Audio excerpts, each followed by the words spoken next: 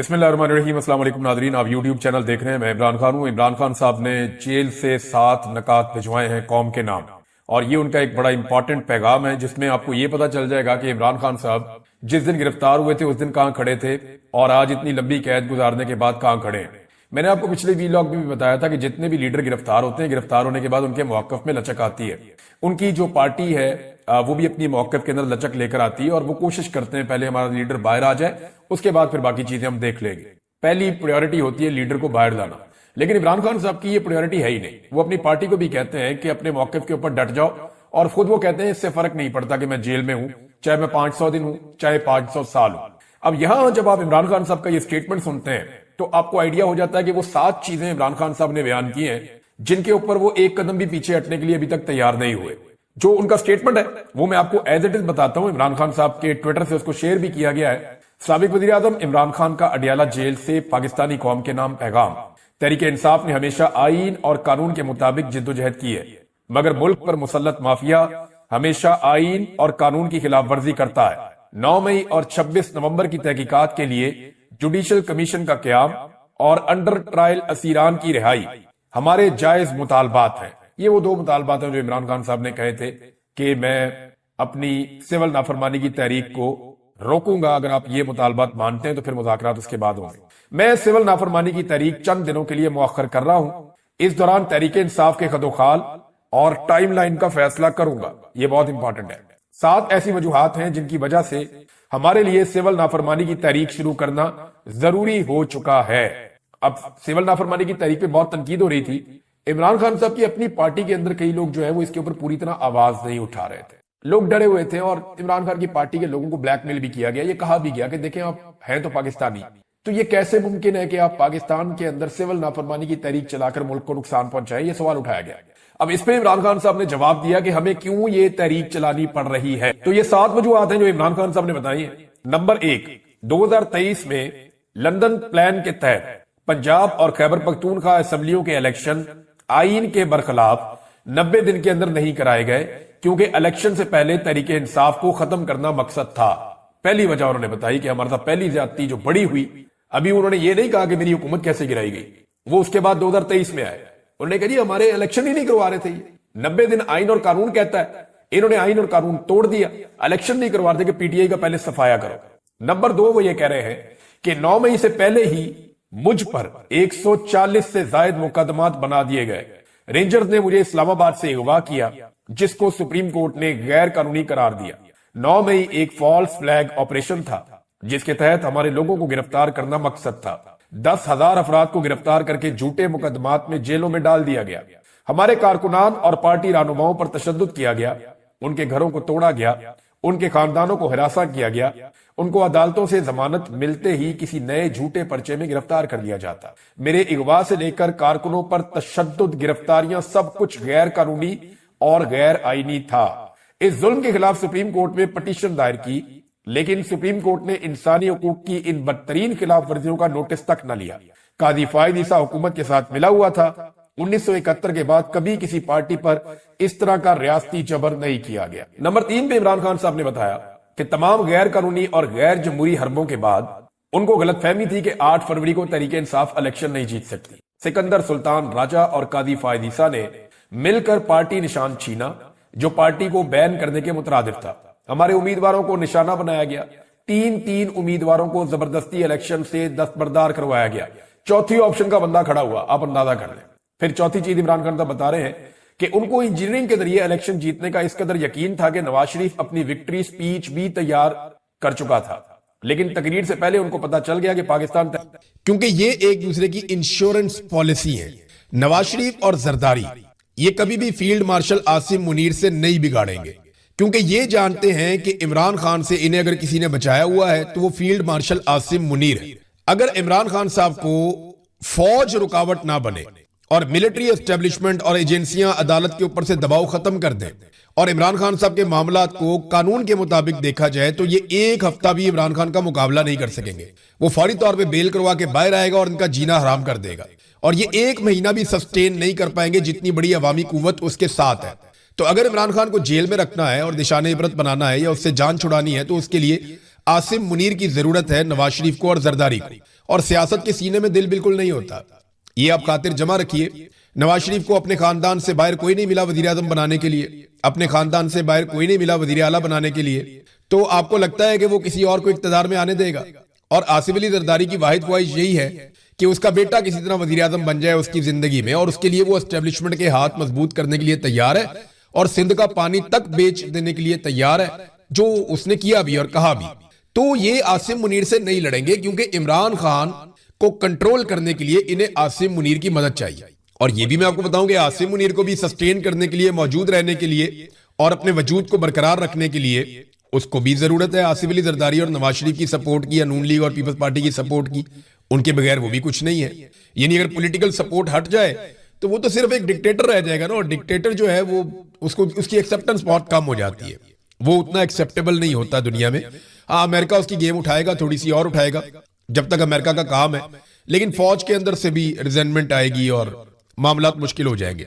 तो ये नवाज जरदारी और आसिम मुनीर ये एक दूसरे की इंश्योरेंस पॉलिसी है। आसिम मुनीर के बगैर ये एक हफ्ता भी इमरान खान को अंदर नहीं रख सकते।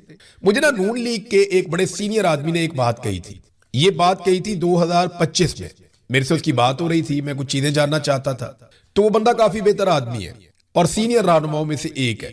तो मेरी उससे बात हो रही थी, उसने मुझे बड़ी जबरदस्त बात की। उसने कहा, इमरान साहब, हमारी जो पॉलिसी है ना उसमें सबसे बड़ी कामयाबी ये है कि पीटीआई के लोगों में, इमरान खान में और फौज के अंदर एक ऐसी लड़ाई लगी रहे जिसकी कभी भी कोई नतीजे पे ना पहुंचे वो, यानी फौज को पीछे हटने का भी मौका ना मिले, और इमरान खान साहब जो हैं वो भी इस लड़ाई को लड़ते रहे। तो उन्होंने कहा जी हमारी कामयाबी इसमें है कि ये लड़ाई लगी रहे।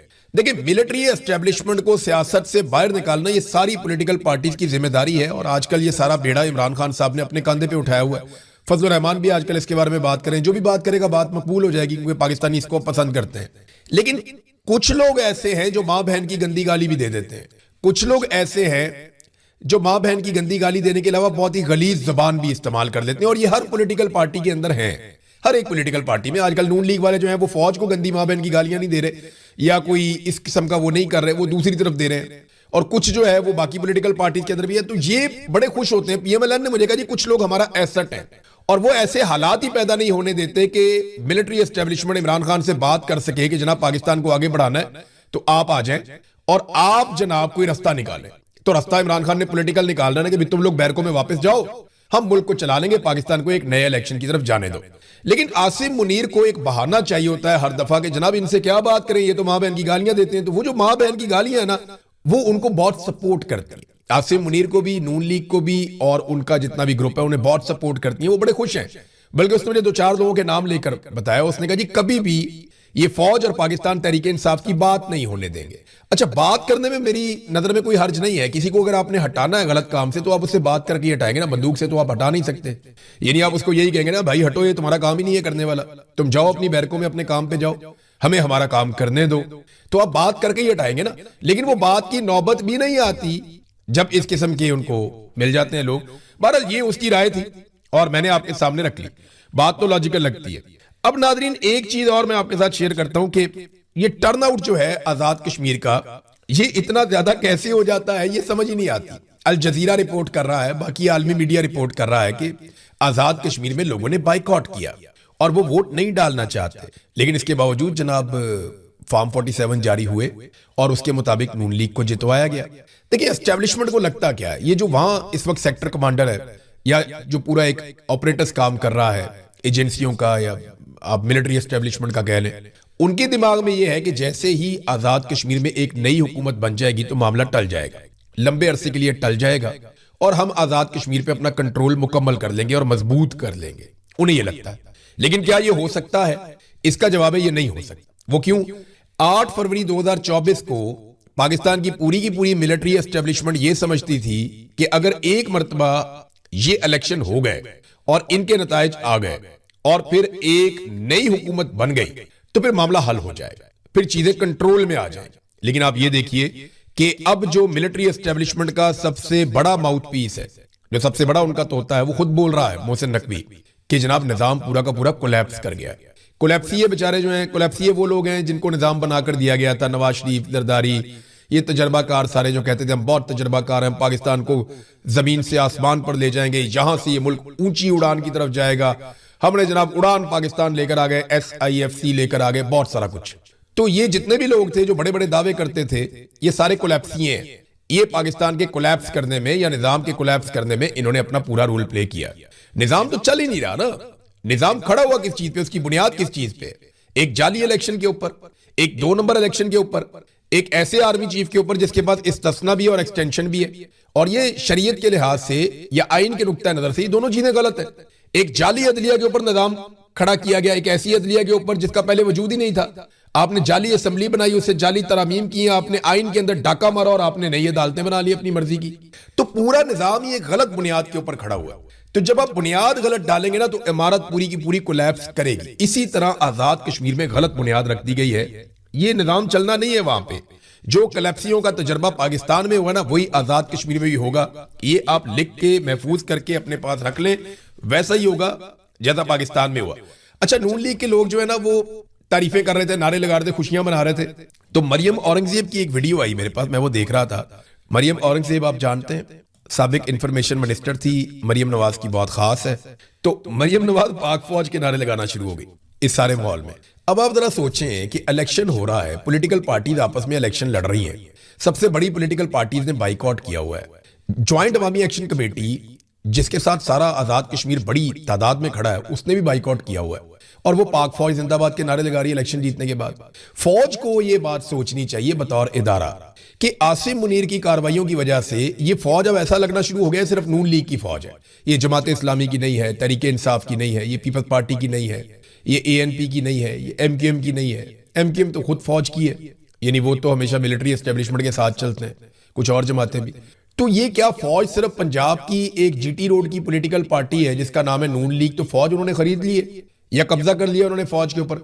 वो पाक फौज जिंदाबाद के नारे लगा रही है। भाई तुम नवाज शरीफ का नारा लगाओ, अपना बयानिया फैलाओ, यानी पंजाब पुलिस जिंदाबाद का नारा आप क्यों नहीं लगाते? वो भी तो एक इदारा है ना, वजारत दाखिला के मातहत एक इदारा है पाक फौज, आप उसके नारे क्यों लगा रहे हैं? इलेक्शन में उनका क्या किरदार है? तो सादी बात यह है कि जहां से इनको वोट पड़ता है ना, ये वही नारे लगाते हैं। जो अवाम का वोट देते हैं वो अवाम का शुक्रिया अदा करते हैं। जो मिलिट्री एस्टेब्लिशमेंट के जरिए से सेलेक्ट होकर आते हैं वो फिर वही नारे लगाते हैं जो वो चाहते हैं। इसमें मैं फौज के लिए कोई बुरा नहीं बोल रहा, लेकिन मैं ये कह रहा हूं कि इस तरह फौज मुतनाज़े होती है। इस तरह के तनाज़ात से इदारों को अपने आप को बाहर रखना चाहिए। मजीद मुतनाज़े और गंदे होते चले जाएंगे और ये लोग आपको गंदा करेंगे। याद रखिएगा, इसका थोड़ा सा आपने झलक आजकल में आपने देखी। 28वीं आईनी तरमीम में आसिम मुनीर साहब कुछ बहुत सारी नई चीजें करना चाहते हैं, नवाज शरीफ और जरदारी नहीं चाहते कि वो चीजें हों। तो इसके लिए आपने देखा पहले फजलुर रहमान लॉन्च हुए, फिर फजलुर रहमान पे कोई मुकदमा भी नहीं हुआ, कोशिश की गई मुकदमा हो जाए लेकिन नहीं हुआ। आप खातिर जमा रखें, जितना मर्जी इख्तलाफ कर लें, ये आपस में इख्तलाफ तो कर सकते हैं, लड़ाई नहीं कर सकते। और कभी ऐसी लड़ाई नहीं करेंगे जिससे किसी तीसरे को फायदा होगा। देखिए, इसमें ख्वाजा आसिफ की बेबसी का आप अंदाजा करें। ये स्टेटमेंट है बड़ा इंटरेस्टिंग ख्वाजा आसिफ का। वो एक प्रोग्राम में कहते हैं कि मोहसिन नकवी ताकतवर तरीन वजीर है। शहजाद इकबाल साहब का प्रोग्राम था। कई मामलात में वजीर आजम को भी जवाबदेह नहीं होते मोहसिन नकवी, इतने ताकतवर वजीर हैं। काबीना इजलास में सिर्फ 2-3 बार उन्हें देखा है, पार्लियामेंट में 7-8 बार आए होंगे। अगर मोहसिन नकवी कह रहे हैं कि सिस्टम नाकाम हो चुका तो फिर हमें घर चले जाना चाहिए। कैसी बेबसी का इजहार कर रहा है वजीर दिफा आपका। अच्छा, ये वजीर दिफा है, इसके अंडर में एक सेक्रेटरी दिफा है और उसके अंडर में एक आर्मी चीफ है। आप अंदाजा करें कि वो आर्मी चीफ का जो अजीज है वो वजीर दिफा का जो बॉस है उसका बॉस बना हुआ है, यानी वजीर आजम से भी तकड़ा है। तो यहां जिसकी लाठी उसकी भैंस, ये वाला निजाम चल रहा है। ये मुल्क किसी किताब के साथ, किसी उसूल के साथ, किसी ज़ाब्ते के साथ, किसी आइन के साथ ये नहीं चल रहा, किसी कायदे कानून के साथ नहीं चल रहा, ये डंडे के साथ चल रहा है। जिसके पास डंडा है, पैसा है, इख्तियार है, उसकी मर्जी है। वो देखा ना आपने, जज के बच्चे ने, जज आसिफ, उसके बच्चे ने 2 लड़कियों को गाड़ी के नीचे देकर मारा, कत्ल किया 2 लड़कियों को, नौजवान लड़कियों को गाड़ी के नीचे देकर मारा। गाड़ी भी इलीगल, नॉन कस्टम, लाइसेंस भी नहीं उसके पास, और वो माइनर था, उसने जाकर मारा। उसके बाप पे पर्चा होता, उसके बाप को इस्तीफा देना पड़ता, ये सारा कुछ होना चाहिए था। हुआ क्या? वो बच्चा 3-4 दिन में अपने घर चला गया और वो खून भी माफ हो गया, एजेंसियां पड़ गई, सारे आ गए, जिसकी लाठी उसकी भैंस, सब मिले। अब वो जज कभी भी इंसाफ कर सकेगा? जब कभी एक कोई मिलिट्री एस्टेब्लिशमेंट से फोन जाएगा तो जज वही करेगा जो उसको कहा जाएगा। अब इमरान खान साहब ना कुछ बातें ऐसी कर गए हैं जो एग्जैक्टली वही हम पाकिस्तान में होता हुआ देख रहे हैं और लगातार होता हुआ देख रहे हैं। जो इमरान खान के स्टेटमेंट है ना, वो एक एक करके सारे सच साबित हो रहे हैं। जर्नैलों के बारे में इमरान खान ने एक बात की थी, ये सिस्टम कोलैप्स इसलिए कर गया कि इसको जर्नैलों ने बनाया था। उनके दिमाग लड़ने के लिए ट्रेंड है, हमला करने के लिए ट्रेंड है, या हमला रोकने के लिए ट्रेंड है। वो मुल्क चलाने के लिए ट्रेंड ही नहीं है उनके दिमाग, उनकी वो ट्रेनिंग ही नहीं है। वो हर वक्त मारो, मर जाओ, कत्ल करो, ये वो इसी मोड में रहते हैं। तो उनको मेरे ख्याल में जंगों में एंगेज रहना चाहिए, लड़ाई में एंगेज रहना चाहिए, इन चक्रों में नहीं आना चाहिए। इमरान खान ने क्या कहा था सुने, उन्होंने कहा कसूर जर्नैलों का भी नहीं है बल्कि ये इदारे की तरबियत है। इनके पास मुल्क चलाने का विजन ही नहीं है, इनकी तरबियत ही नहीं है बहस करने की, इज्तिहाद करने की, इख्तिलाफ राय की। चर्चिल ने कहा था कि जर्नैल का काम जंग लड़ना है, फैसला सादी की सलाहियत उनके पास होती ही नहीं है। कायदे आज़म ने भी यही कहा था कि तुम्हारा काम जो है वो पॉलिसी बनाना नहीं है, पॉलिसी अवाम के मुंतखब नुमाइंदे बनाएंगे, तुम सिर्फ उसके ऊपर अमल दरामद करोगे। फिर इमरान खान ने कहा कि इन जर्नैलों को बस ऐसा टारगेट देना चाहिए जैसे जाओ पहाड़ पर चढ़ाई करके फतह कर लो, बस आप इनको बताएं इधर चढ़ जाओगे, जाओ। जब इनको मुल्क चलाने का कहोगे तो मुल्क नहीं चलेगा, ये इमरान खान ने कहा था। और आज मोहसिन नकवी जो सबसे बड़े जर्नैल का माउथ पीस है, वो ये कहता है कि इमरान खान ने ठीक कहा था, जर्नैल एक मरतबा फिर मुल्क को चलाने में नाकाम हो चुके हैं, वो कामयाब नहीं हुए। अब नाज़रीन इस बात पे आ जाएं कि पाकिस्तान तहरीक इंसाफ के लोग, मेरे से एक सवाल भी किया, कुछ लोग यहाँ पे सवालात पूछते भी हैं कि जी क्या इस मौके से फायदा उठाना चाहिए कि कश्मीरी निकले हुए हैं, मोमेंटम बना हुआ है, निजाम कोलैप्स कर गया। तो मेरा जवाब सीधा सीधा ये है कि पीटीआई को जो करना ना वो खुद ही करना पड़ेगा। जो लड़ाई है वो अपने बलबूते पे लड़नी पड़ेगी, वो पाकिस्तान की सबसे मकबूल पॉलिटिकल पार्टी है, तो ये लड़ाई उन्हें अपने कंधों पे लड़नी पड़ेगी। सुहेल अफरीदी ने एक बड़ा बोल्ड ऐलान किया है कि जो आखिरी आदमी होगा वहां पे वो मैं होऊंगा। अली अमीन गंडापुर ने कहा था जो पहला आदमी होगा वो मैं होऊंगा, कि अगर पहली गोली मैं खाऊंगा। लेकिन सुहेल अफरीदी ने कहा कि अगर वहां पे कभी हालात बहुत खराब हो गए और जो आखिर तक खड़ा रहा तो वो मैं खड़ा रहूंगा। अब ये तो जब वक्त आएगा तो पता चलेगा और वक्त साबित करेगा, क्योंकि जितना बड़ा ओहदा होता है उतनी बड़ी आपकी फिर जिम्मेदारी भी होती है। अलीमा खानम ने एक स्टेटमेंट दिया है और ये बहुत इंपॉर्टेंट है, मैं आपको इसलिए सुनाऊंगा कि पहले आप अलीमा खानम का सुने, फिर आप जिब्रान इलियास का सुने। इन दोनों के जो स्टेटमेंट है ना, वो एक चीज क्लियर कर रहे हैं कि वो सिपाहियों को ये बता रहे हैं कि आपने गोली नहीं चलानी, और गोली आपने क्यों नहीं चलानी। यानी अब वो डायरेक्टली फौज के साथ, इदारों के साथ या सिक्योरिटी फोर्सेस के साथ मुखातिब है। लेकिन अलीमा खानम कह रही है कि अब ना आपने गोलियां खानी है और ना किसी ने गोलियां मारनी है, क्योंकि ये सिपाही भी हमारे बच्चे हैं, फौजियों के बच्चे भी हमारे बच्चे हैं। शहादतें किसकी हो रही हैं? सिपाहियों की और अवाम की। फौजियों ने भी इमरान खान को वोट दिया था, पुलिस वाले भी कहते हैं कि इमरान खान को निकालें। बात तो सच है, हमें जो ये फौजी आते हैं बाहर पाकिस्तान से, बहुत सारे फौजी अफसरान हैं जिनके बच्चे यहाँ पे तालीम हासिल करने के लिए भी आए हुए हैं। कई तो ऐसे हैं, मैं हैरान हो जाता हूँ कि यार इनके बच्चे यहाँ पे कैसे पहुंच गए, इनके पास इतने पैसे कहाँ से आए कि इनके बच्चे इतने महंगे मुल्कों में पड़ गए। कईयों का मुझे आइडिया है, वो फैमिली बैकग्राउंड होता है, तेज होता है, पैसे पहले से होते हैं कईयों के पास, और कई ऐसे हैं जिनके बच्चे स्कॉलरशिप पे भी आ जाते हैं। तो अलग अलग तरह के हैं ना। तो ये जो फौजी मिलते हैं ना हमें भी, वो यही कहते हैं कि सर बहुत गलत हो रहा है। कोई एक बंदा आज तक नहीं मिला जो कह रहा हो कि निजाम ठीक चल रहा है या चीजें ठीक चल रही है। अब इसमें ये सोच तो मौजूद है, पूरे इदारे में मौजूद है। ये तो ऊपर के लोग हैं जिन्होंने सबको यरगमाल बना के सबको गंदे काम पे लगाया हुआ, और सारे गंदा काम कर रहे हैं। अब ये मैं आपको ये भी बात क्लियर कर दूं कि जो आपको जूते मारता है या जो आपको डंडे मारता है या आपको गोली चलाता है, वो आसिम मुनीर डायरेक्ट आके नहीं चलाता, या डीजीआई से ही डायरेक्ट आके नहीं चलाता। वो नीचे एक मेजर खड़ा हुआ होता है, उसके साथ एक टीम बनी हुई होती है, मारो जी इनको, मारते हैं, मारो इनको, मारते हैं, हुक्म फॉलो करते हैं। अब उनको मुखातिब कर रही हैं अलीमा खानम। और जिब्रान इलियास ने क्या लिखा, जिब्रान इलियास साहब के यहाँ पे 8 नुकात हैं जो उन्होंने फौजी जवानों से कहा। उन्होंने कहा जी अल्लाह की फौज के साथ 7 लाख सिपाहियों से मैं कुछ सवालात करना चाहता हूं। पहला सवाल है, जब आप अपने मुसलमान भाई और अपने ही मुल्क के शहरियों पर गोली चलाते हैं, आपको महसूस नहीं होता कि कितना बड़ा गुनाह आप कर रहे हैं और आप दुनिया और आखिरत दोनों में रुसवा हो सकते हैं? और अगला सवाल है खामोश तमाशाइयों के लिए, क्या आप अपने बड़ों से सवाल करते हैं कि आखिर अपने शहरियों को क्यों मारना पड़ रहा है और इसकी नौबत क्यों आई है? नंबर 3, क्या आप अपने बच्चों को कत्ल की रोजी खिलाकर फख्र महसूस करते हैं? आप टीम कत्लेआम नहीं है, ये भी आप बोलिए। नंबर 4, आपके घर वाले मुतमईन हैं आपकी इस नौकरी से जिससे किसी की मां की गोद उजड़ जाती है और किसी खानदान का कीमती शख्स अपने बच्चों से, अपने वालिदैन से हमेशा के लिए दूर हो जाता है? आपके बच्चे शायद अच्छी तालीम हासिल कर जाएं और आपके वालिदैन अच्छे अस्पताल में अपना इलाज करवा सकें, मगर ये इंतहाई खुद गर्ज फैसला है आपका और आपकी पूरी फैमिली का कि अगर किसी और की गोदें आप उजाड़ रहे हैं। नंबर 5, पिछले 4 साल में कितनी बार ख्याल आया कि सवाल पूछें कत्लेआम करने वाले बड़ों से? हमने सुना था फीडबैक ली जाती है ادارے کے اندر اور میرٹ پر فیصلے ہوتے ہیں. پچھلے 4 سالوں میں جتنا ظلم ہوا ہے وہ کس طرح پاکستان کے حق میں ہو سکتا ہے؟ برکت ہی اٹھ گئی ہے ملک سے, ہر طرف بربادی بربادی نظر آ رہی ہے. چھٹا سوال انہوں نے یہ کیا کہ جب یہ ظلم کا زمانہ ختم ہوگا اور آپ لوگوں میں جائیں گے تو اپنی کیا شناخت کروائیں گے, اور جب وہ پوچھیں گے کہ آپ نے کس طرح آواز اٹھائی